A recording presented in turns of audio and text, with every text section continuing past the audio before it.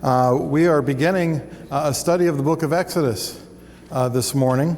The book of Exodus is one of those first 5 books of the Bible that are oftentimes referred to as, in the Jewish Bible they were referred to as the Torah, but they are sometimes referred to as the Pentateuch, being those first 5 books: Genesis, Exodus, Leviticus, Numbers, and Deuteronomy. And oftentimes, as far as what we see in Scripture, they're referred to as the Law of Moses, because Moses is the author of the book. Moses is the one who penned it during his lifetime, and both Old Testament and the New Testament refer to Moses as being the author. Now, we're going to look at some passages that show us that, and the reason I want us to be able to see that is because we have some folks in the world who want us to think that, well, Moses didn't really write these books, that these were just kind of like scraps, or they were more like oral traditions that somebody eventually wrote down. But the Bible says that it was written by Moses. The evidence points to it being written by Moses, and so we want to look at some of that so that we'll know how to answer that or how to think about that. If you would turn with me in Exodus to chapter 17. We're going to bounce around here a little bit at the beginning to see this particular evidence. But the book of Exodus itself talks about Moses writing these things down over in Exodus chapter 17 in verse 14. In Exodus 17:14, it says, "The Lord said to Moses, 'Write this for a memorial in the book and recount it in the hearing of Joshua, that I will utterly blot out the remembrance of Amalek from under heaven.'" They were attacked when they came out of Egypt. Their rear ranks were attacked by the Amalekites, and they defeat the Amalekites, and God says there's going to come a point where I'm going to wipe out Amalek. I'm going to wipe out the Amalekites, and that was one of the things that King Saul was supposed to do in 1 Samuel chapter 15, is that he was supposed to go and utterly destroy the Amalekites because of this. But he tells Moses here to write this in the book. Well, what book is he writing it in? Right? He's writing these things down that have happened, and write this down as a memorial and give it to Joshua that they would have it. If we come over to Exodus chapter 24. Turn over to Exodus chapter 24. The pages never cooperate when you're in a hurry, do they?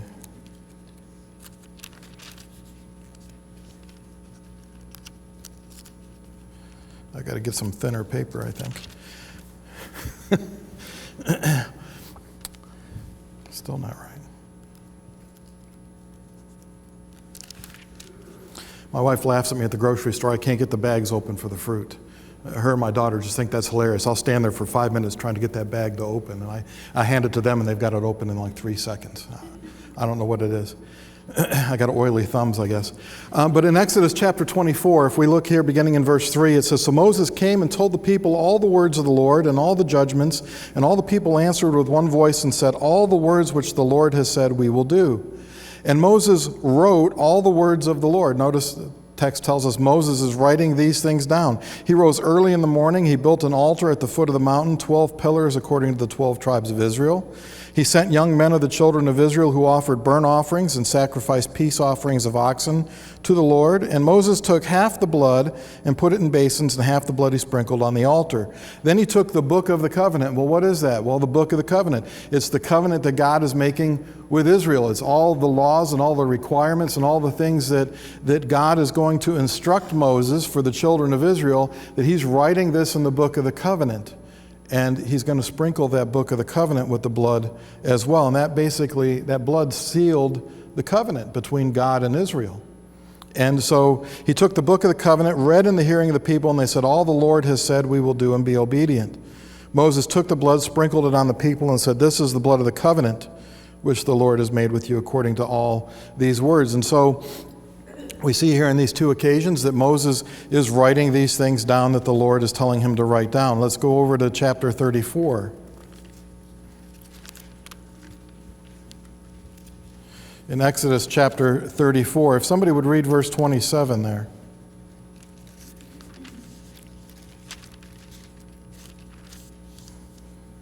"And the Lord said unto Moses, Write now these words, for after the tenor of these words I have made a covenant with thee and with Israel." Okay, so again, he tells Moses, write these words down. These are the words that the covenant is based on, and you need to have these things written down, because there were going to come times where they were going to read the law. There were going to be certain holy days where they were going to read the law to the people, and so that they would be able to hear all of these things that Moses had written down for them. So it can't be something that comes later, right? It can't be something that comes 1,000 years later or hundreds of years later, that somebody's just taken oral traditions or fragments of things and trying to put them together, because they would have needed to have this in order to be able to read it to the people, and Moses is writing all of these things down. In Numbers, if we come over to Numbers chapter 33, chapter 33 of Numbers is a kind of a summation chapter. It lists all the places that they traveled during the 40 years of wandering in the wilderness. How did they know where they went? Well, because Moses wrote these things down. Notice in Numbers 33, verses 1 and 2, it says, these are the journeys of the children of Israel who went out of the land of Egypt by their armies under the hand of Moses and Aaron. Now Moses wrote down the starting points of their journeys at the command of the Lord, and these are their journeys according to their starting points. And so you've got a long list there of all the different places, some of which we're not sure exactly where they are, but they're somewhere in the Sinai Peninsula as they wandered in the wilderness. But he wrote all of these things down, and so we're told here that all these things were written down. Let's go over to Deuteronomy. Deuteronomy chapter 31.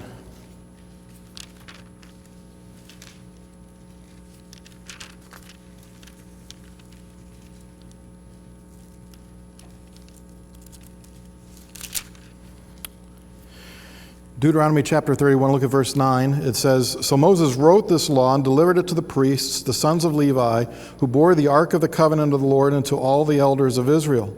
And Moses commanded them, saying, at the end of every 7 years, at the appointed time in the year of release, at the Feast of Tabernacles, when all Israel comes to appear before the Lord your God in the place which he chooses, you shall read this law before all Israel in their hearing. When they come into the land of Canaan, there was going to be a place where God was going to place his name. God was going to choose that place. And later on, during the kingship of David, when David conducts a census of the people, and there's a plague that's throughout the land, the plague stops at the threshing floor of Ornan the Jebusite, and that's where David is told to build an altar. And David says, well, this is going to be the altar of burnt offering. But God tells him that's where you build the altar. And where David built that altar is where Solomon builds the temple. And it's there in Jerusalem. And that's where God chose to place his name. That's where he said, you're going to have to come and bring all of your sacrifices. All the men were going to have to appear before the Lord 3 times a year in that place. And he says, once every 7 years, when you've got this sabbatical year where nobody worked, they took a year off to spend with their family. They took a year off to worship God. They took a year off in this sabbatical year. And during this year of release, every 7 years, when they would come together for this feast, well, they would read the law in their hearing. So every 7 years, at least every 7 years, they would be hearing the law read to them, the things that Moses had written down. And he gives it to the priests, and it's there with the Ark of the Covenant, which is a special place. You don't just put any book beside the Ark of the Covenant. Right? Ark of the Covenant was in the most holy place. If you're going to place a book near the Ark of the Covenant, that's got to be a special book. And so this isn't just, Moses writing down what he thought was a good idea.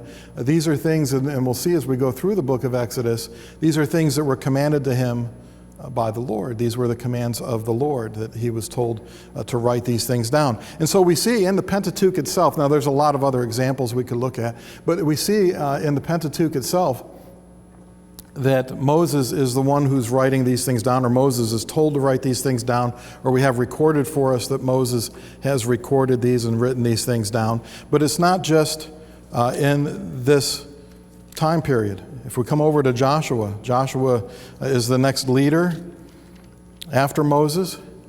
And Joshua says that Moses wrote the law of Moses. In Joshua chapter 1, verses 7 and 8, it says, only be strong, very courageous, you may observe to do all according to all the law which Moses my servant commanded you. Do not turn from it to the right hand or to the left, that you may prosper wherever you go. This book of the law shall not depart from your mouth, but you shall meditate in it day and night, that you may observe to do according to all that is written in it. For then you will make your way prosperous, and then you will have good success. And so all of these things that God had commanded Moses, he tells them in Deuteronomy, when Moses is speaking to the children of Israel before they go into the land of Canaan, he says, if you'll do what it is that God wants you to do, you will be blessed. God's going to take care of you. None of your animals are going to be barren. None of your women are going to be barren. You're not going to have any of the diseases that were put upon the Egyptians. Things are going to be so good in this land flowing with milk and honey if you'll just do what the Lord commands. But if you don't, right, God's going to take all those blessings away. And so if they want to be prosperous, if they want to have good success, they need to continue in the things that Moses wrote down in the law of Moses, right? That they need to continue to do those things. Well, after Joshua and the conquest of the land, we've got the period of the judges, and then we have the period of the kings. Saul is that first king, and then David is the second king. And as David is turning the reins over to his son, Solomon, if you come over to 1 Kings chapter 2, we'll see here what David has to say about the law of Moses. 1 Kings chapter 2, verses 1 through 3. It says, Now the days of David drew near that he should die, and he charged Solomon his son, saying, I go the way of all the earth. Be strong, therefore, prove yourself a man. Keep the charge of the Lord your God, to walk in his ways, to keep his statutes, his commandments, his judgments, and his testimonies, as it is written in the law of Moses, that you may prosper in all that you do and wherever you turn. What does he tell him? You need to keep the law of Moses. Now, why would he call it the law of Moses if it wasn't written by Moses, right? David refers to it. So if we're going to say that Moses didn't write this, that somehow somebody took oral tradition and wrote it down later, well, then you'd have to say that it's not true when it says that Moses wrote these things down. You'd have to say it's not true when Joshua refers to Moses as being the author. You'd have to say that David's lying here when he refers to it as the law of Moses. And there are other places that we can look in the Old Testament. Daniel refers to it as the law of Moses. Nehemiah and Ezra, after the captivity, both refer to it as the law of Moses. Guess who else refers to it as the law of Moses? Say it louder, Jacob. Jesus does, right? Jesus refers to it as the law of Moses. Go over to Matthew chapter 8 and verse 4. In Matthew chapter 8, Jesus is going to perform 5 specific miracles that show his power, but the first of those miracles is that he heals a leper. And after healing the leper in Matthew chapter 8 and verse 4, he tells the leper to go his way, to show himself to the priest, right? Because according to the law of Moses, in order for you to be declared clean from leprosy, you had to show yourself to the priest, and the priest had to declare you clean. So even though Jesus has healed him from his leprosy, and Jesus knows that his leprosy is gone, Jesus lives in the time of the Mosaic law. He lived in that, underneath that law. And so he's telling them, you need to observe the law of Moses. Go and show yourself to the priest and give the gift that Moses commanded. Jesus refers to Moses being the author of Leviticus, which is where that is found about leprosy in Leviticus chapters 13 and 14. Come over to Luke chapter 24 and verse 44. Luke 24:44. Jesus has died. He has been resurrected. He has spent 40 days with his disciples, and he is getting ready to ascend back up into heaven. And before he does, he tells them here in Luke chapter 24 and verse 44 that he told them, right, that all of the things that were written had to be fulfilled, right? All the prophecies, all the things written where? In the law of Moses and in the prophets and in the Psalms. That's the way that the Jews divided the Old Testament up. They divided it into 3 sections. You had those first 5 books of the law that were the law of Moses. You had the prophets, and then you had the writings, or the Psalms were kind of like Psalms, Proverbs, the poetry, the wisdom literature that is there in the Old Testament. That was their 3-part breakdown of the Old Testament. And Jesus says, all the things that were prophesied about me had to be fulfilled, and he refers to it as being the law of Moses. Well, why would he call it the law of Moses if Moses didn't write it? So if we're going to say Moses didn't write this, we're going to have to call Jesus a liar. Comments or questions on these things? I don't mind discussion.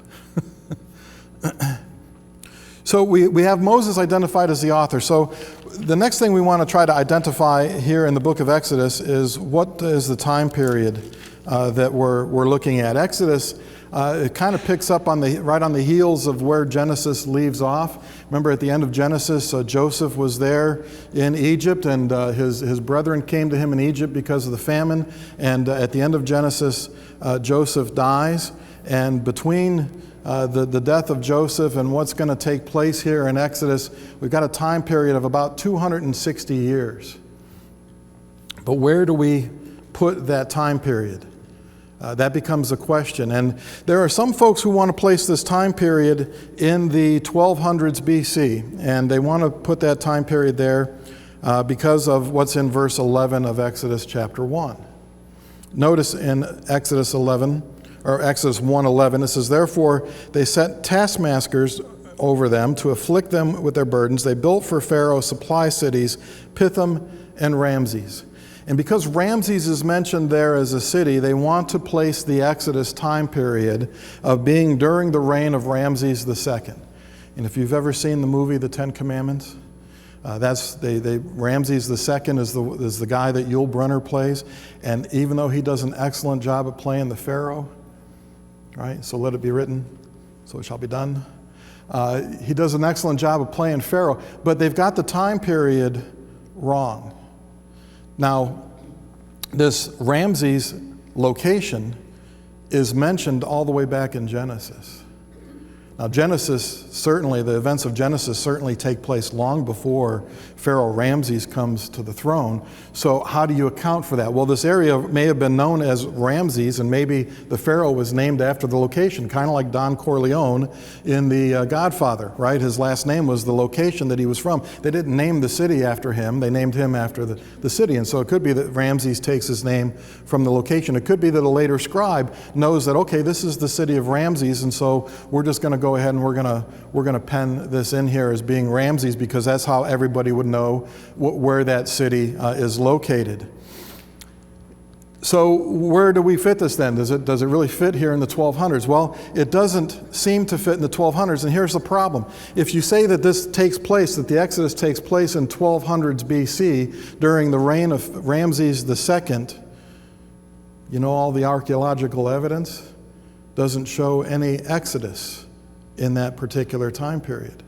And so skeptics of the Bible will say, the Bible isn't true. These stories that are in the Bible are just kind of made up things. They're kind of legends. They were kind of penned after the fact, and none of this actually took place the way that it did. There are actually rabbis in Judaism that are, this is the Torah, right? This is the 5 books of the law, and they're saying, well, it's not real. Not everything that's in here is true. It's just you just kind of have to get the gist of the story. And the reason they say that is because they say, well, if we're looking at 1200s BC and we're looking at archaeological evidence, we don't see any evidence of any mass migration. We don't see any evidence of cities that were walled that are destroyed in the land of Canaan during the conquest during that particular time period. And so they kind of say, well, this couldn't have happened that way. Now, if we look over at Exodus chapter 12 and verse 41, it gives us a timestamp here with regards to how long it was that they were in Egypt.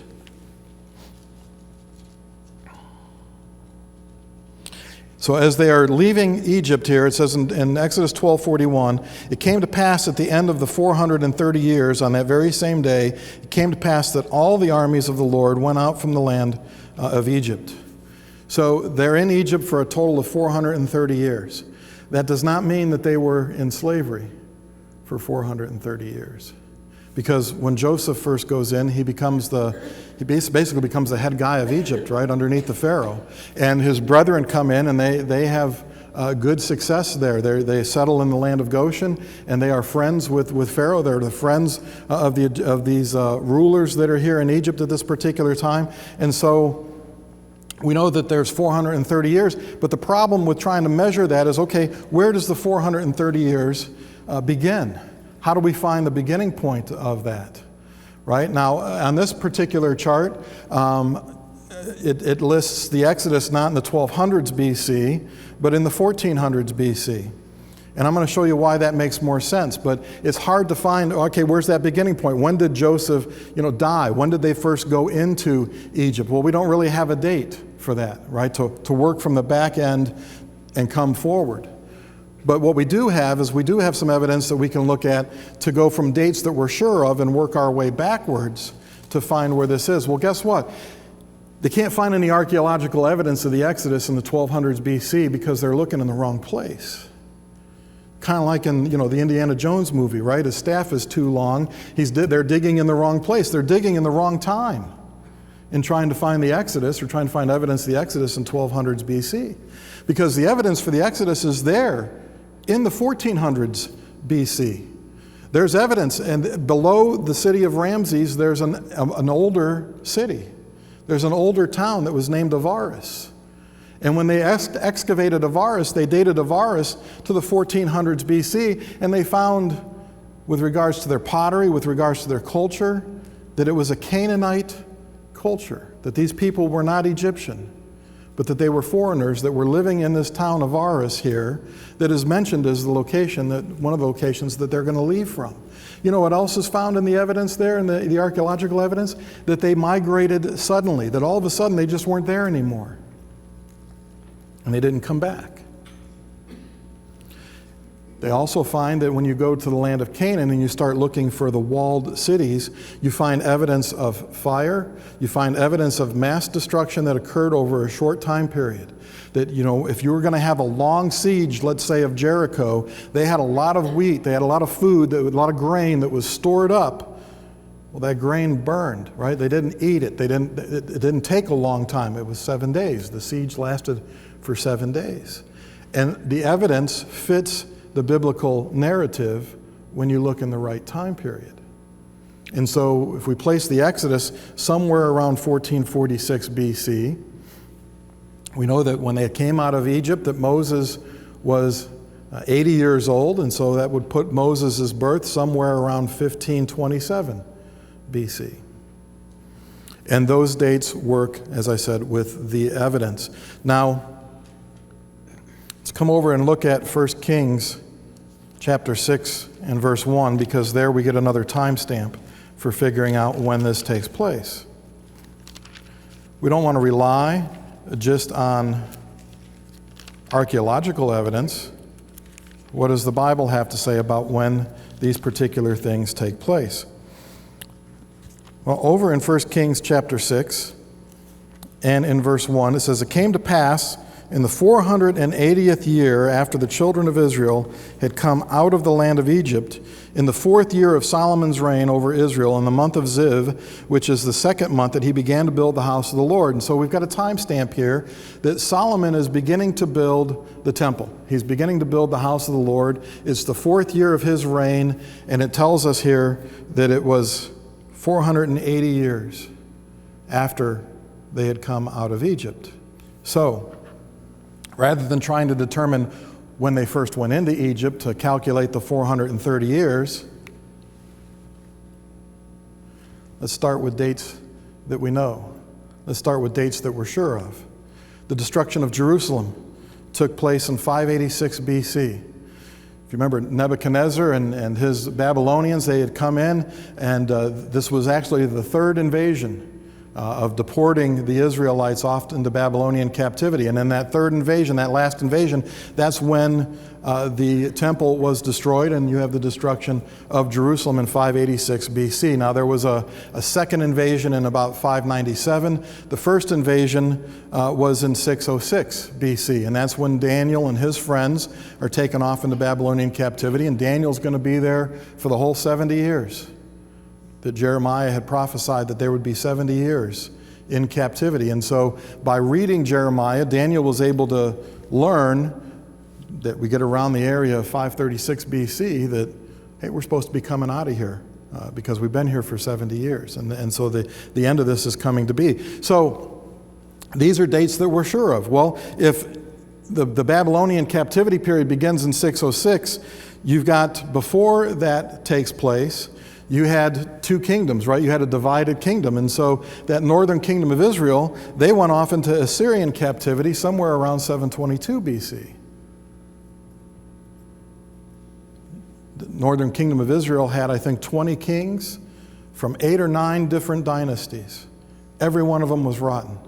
Not a good king amongst the whole bunch of them, right? And so they were taken off into captivity by the Assyrians. And we talk about the 10 lost tribes of Israel. They weren't really lost. They were taken into captivity by the Assyrians. And then later, the Babylonians conquered the Assyrians, and they ended up as part of the Babylonian captivity as well. But you had this captivity that takes place. Well, prior to that, you've got this divided kingdom, right, where you've got the northern tribes of Israel and you've got the southern tribes of Judah and Benjamin forming the two kingdoms, this divided kingdom. Well, that begins when Solomon dies, somewhere around 930 BC. So we're getting closer, right? We're getting closer to figuring out this time period here. So the divided kingdom starts about 930 BC. When Solomon dies, his son Rehoboam, he's going to make everything more difficult on Israel, and so they decide we don't have a part in this. We're going to go north with Jeroboam, and we're going to form the northern kingdom of Israel. And so prior to the divided kingdom, though, the kingdom was united, and there were 3 different kings. The last of those 3 kings was Solomon. Does anybody know how long Solomon ruled? 40 years. Yep. Solomon ruled for 40 years. So from 930 BC, if that's his death, we go back 40 years. There's Solomon's rule from 970 to 930. Prior to Solomon, his father was on the throne. Who was Solomon's father? David. And how long did David rule? 40 years. So David's reign is from approximately 1010 to 970 BC. Prior to David, Saul was the first king. Anybody know how long Saul reigned? Take a guess. 40 years. 40 years. All 3 of them reigned for 40 years. So Saul reigned from about 1050 to about 1010 BC. And so we can kind of put these guys in their time frame as far as where they were. Now, we're not really concerned with David and Saul at this particular point. It's Solomon there, right? We're concerned about the reign of Solomon because that's the timestamp that we have here given to us by the Bible, that in the 4th year of his reign, right? So if he begins to reign in 970, the 4th year of his reign would be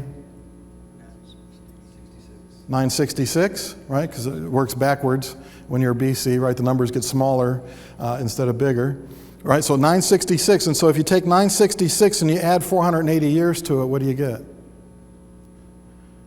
1446 as the date of the Exodus. And so working from dates that we know and working our way backwards, we're able to come to the same conclusion that archaeology would show, that this is actually the time period when this takes place. Now, as we'll see as we get into this with regards to the different pharaohs, we'll see this actually kind of matches Egyptian history to a certain extent. Now, it's hard with the dates with Egyptian history as well, because sometimes with the Exodus, when you look at commentaries, you look at different materials, it'll say, well, here's an early date and here's a late date. Well, this 1446 would be the early date, and there's evidence for this early date. The late date of the 1200s BC, other than picking Ramses' name out of Exodus 1:11, there really isn't a reason to put it in the 1200s BC. It doesn't give enough time for the period of the judges to have taken place if you go with the 1200s BC dates. But you'll kind of see the same thing with Egyptian history, that sometimes they'll have an early date and sometimes they'll have a late date. Sometimes they're not exactly sure about the dates, but we'll see as we go through this that it seems to fit a certain group of pharaohs.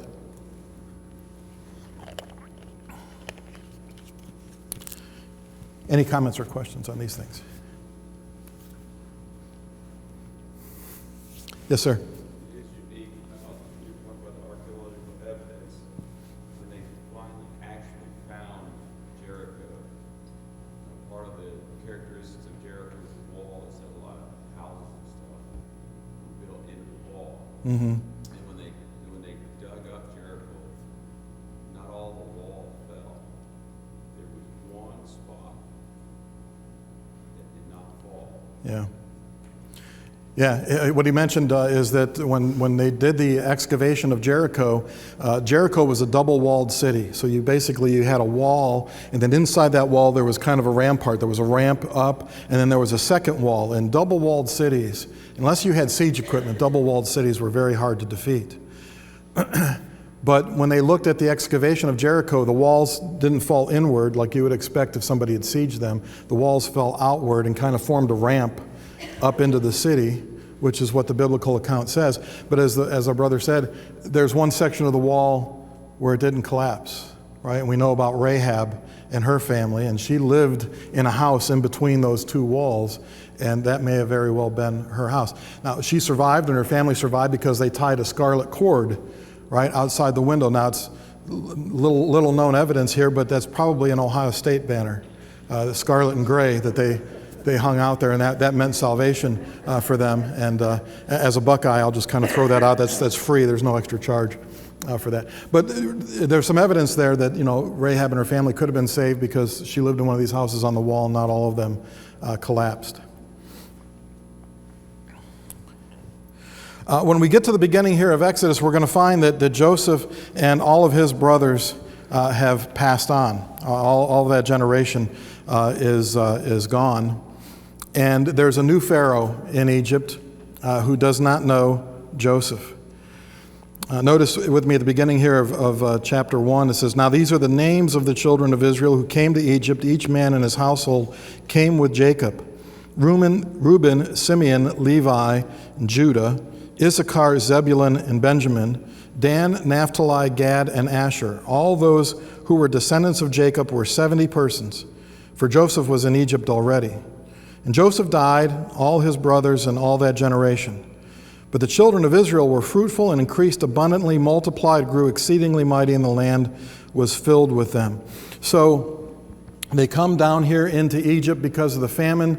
We read about that in Genesis, and Joseph and his wisdom there. His brothers had sold him into slavery, and they meant ill for it, but God used it for good. Joseph was able to prepare them during the 7 years of plenty for the 7 years of famine that they were going to have. But eventually that generation dies off. Now, they continue to multiply and they continue to grow. They continue to become, and this is where they basically become a nation, is while they are here in Egypt. As I said, they're going to be in Egypt for 430 years, but they're not going to be in slavery all of that time because, as I said, Joseph was second in command over Pharaoh's house, so they didn't start out that way. But eventually, all of that generation died out. There's time that passes because they grow to be exceeding in number. And then there's another Pharaoh who comes to the throne. In verse 8, "There arose a new king over Egypt who did not know Joseph."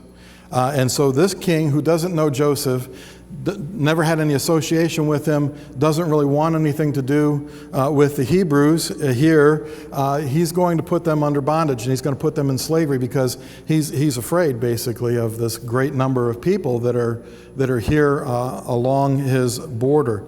And so there's a few things here, just kind of as an overview before we get into the text itself, that I want to kind of talk about here with regards to these various different pharaohs. So if we're not in the 1200s BC, right, then it's not Ramses that we're talking about here. The pharaoh that we're looking at, or the land that we're looking at is here. And if you look at where that flag is kind of there in the land of Goshen. Now what this pharaoh is going to be concerned about, this new pharaoh that has come who doesn't know Joseph, well, he's concerned about all these people that are living in the land of Goshen, because if Egypt is going to be invaded, where is it likely going to be invaded from?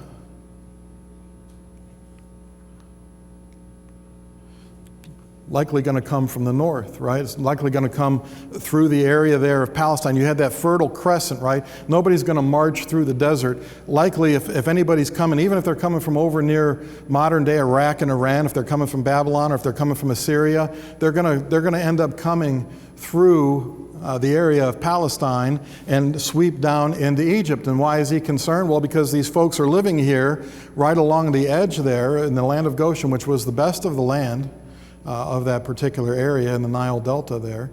And he's concerned that they're going to join forces with their enemies and fight against the Egyptians. And so he's going to, because of that, put them into hard bondage. And so who are we talking about here? Well, Ahmose I was Pharaoh from beginning in 1570 BC. Now remember, Moses is born somewhere around 1527. Why do I look at this particular Pharaoh here in 1570? Well, because you've got something that happens here in 1570. You've got the beginning of the 18th dynasty in Egypt. And what had been going on before this, for several hundred years, the Egyptians were ruled by foreigners, a group of people that are referred to as the Hyksos.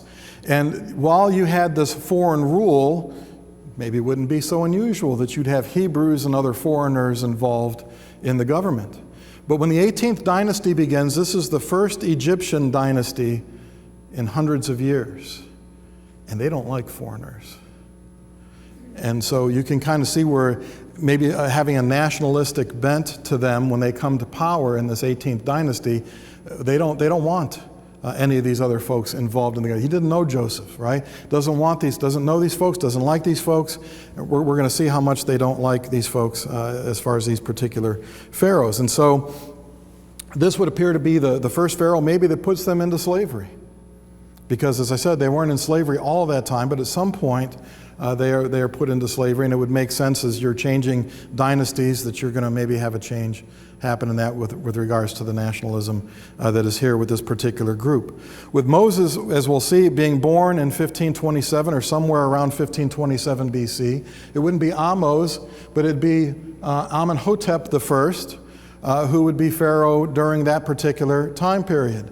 Well, this perhaps then would be the Pharaoh who issued the order to kill the male Hebrew children, as we'll see when we get into chapters 1 and 2. That Pharaoh had wanted the Hebrew midwives first to kill the male children, and then he ordered the Egyptians to throw them in the Nile River. And so if we're right about our dates and we're right about our time period, this would perhaps be the Pharaoh who made that determination to do that. Aaron is a little older than Moses. He's 3 years older than Moses, and Aaron didn't have to go through that. And so we can see there's a specific time period where this was instituted to try to kill the male children. Pharaoh's daughter ends up drawing Moses out of the water. Hatshepsut was Thutmose I's daughter, so she was the daughter of a pharaoh. She's also an aunt and a stepmother to Thutmose III, who is a later pharaoh. But Hatshepsut was an important person in Egypt. She actually co-ruled for a while with Pharaoh during her lifetime, and she would fit this time period, if you will, to be maybe Pharaoh's daughter, who is the one who drew Moses out of the water and took her into her household, into Pharaoh's household, and would have maybe been his Egyptian mother. And what's interesting is that with regards to all the statuary and monuments that were made to Hatshepsut, there's a later pharaoh that comes along and he removes her name from all of those monuments. Why do you think a later pharaoh would want to remove her name from the monuments?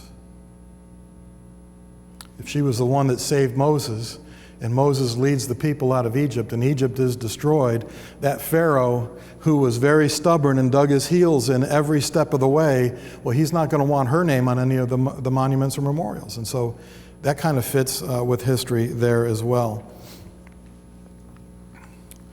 Thutmose III, as I mentioned, was Pharaoh from 1500 to 1450.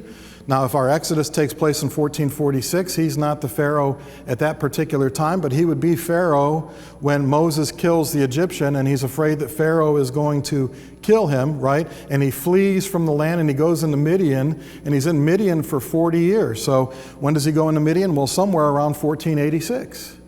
He flees Egypt and he goes into the land of Midian because Pharaoh is seeking to kill him. But when he's in the wilderness and when he's in Midian, when he speaks to God at the burning bush, what is Moses told about the Pharaoh who sought his life?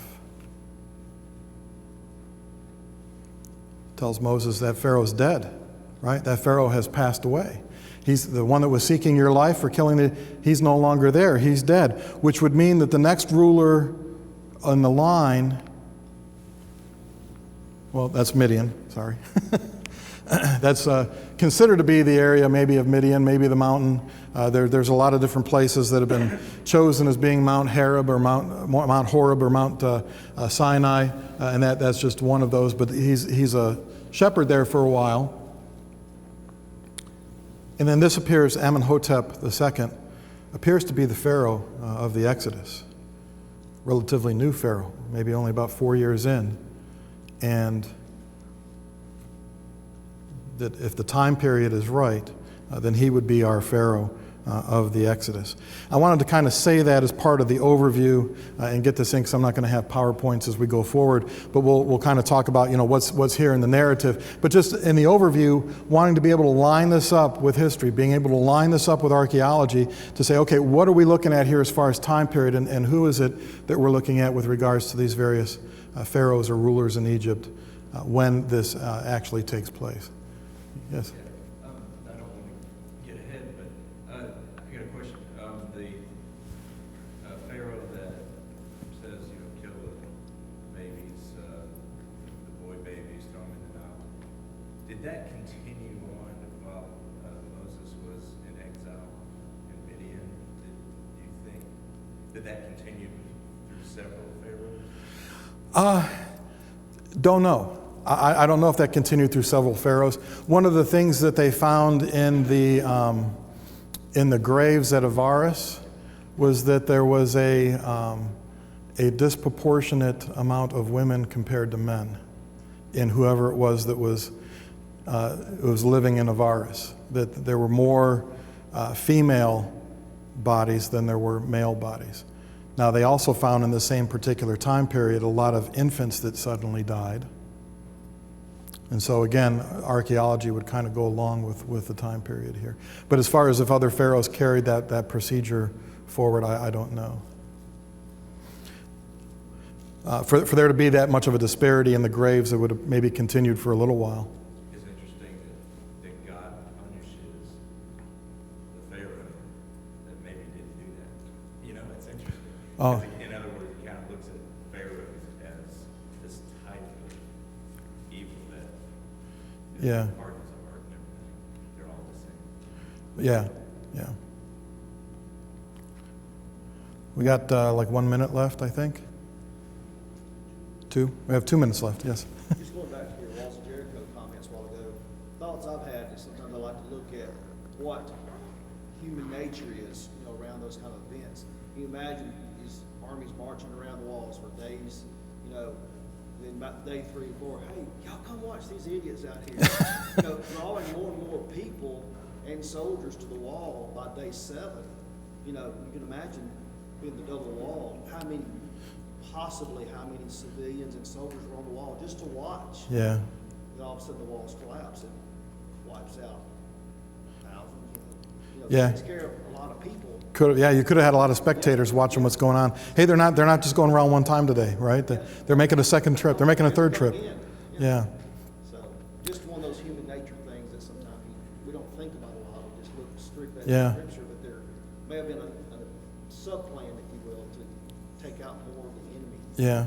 It could have also been psychological warfare because, Rahab said all the people in this town, they know what has happened and they're worried, right? And then all you're doing is marching around and it's like, well, when are they going to attack? You're waiting for it to come. And so a little bit maybe of psychological warfare used there. Okay. If there's no other comments or questions, then we'll be dismissed until worship. Thanks.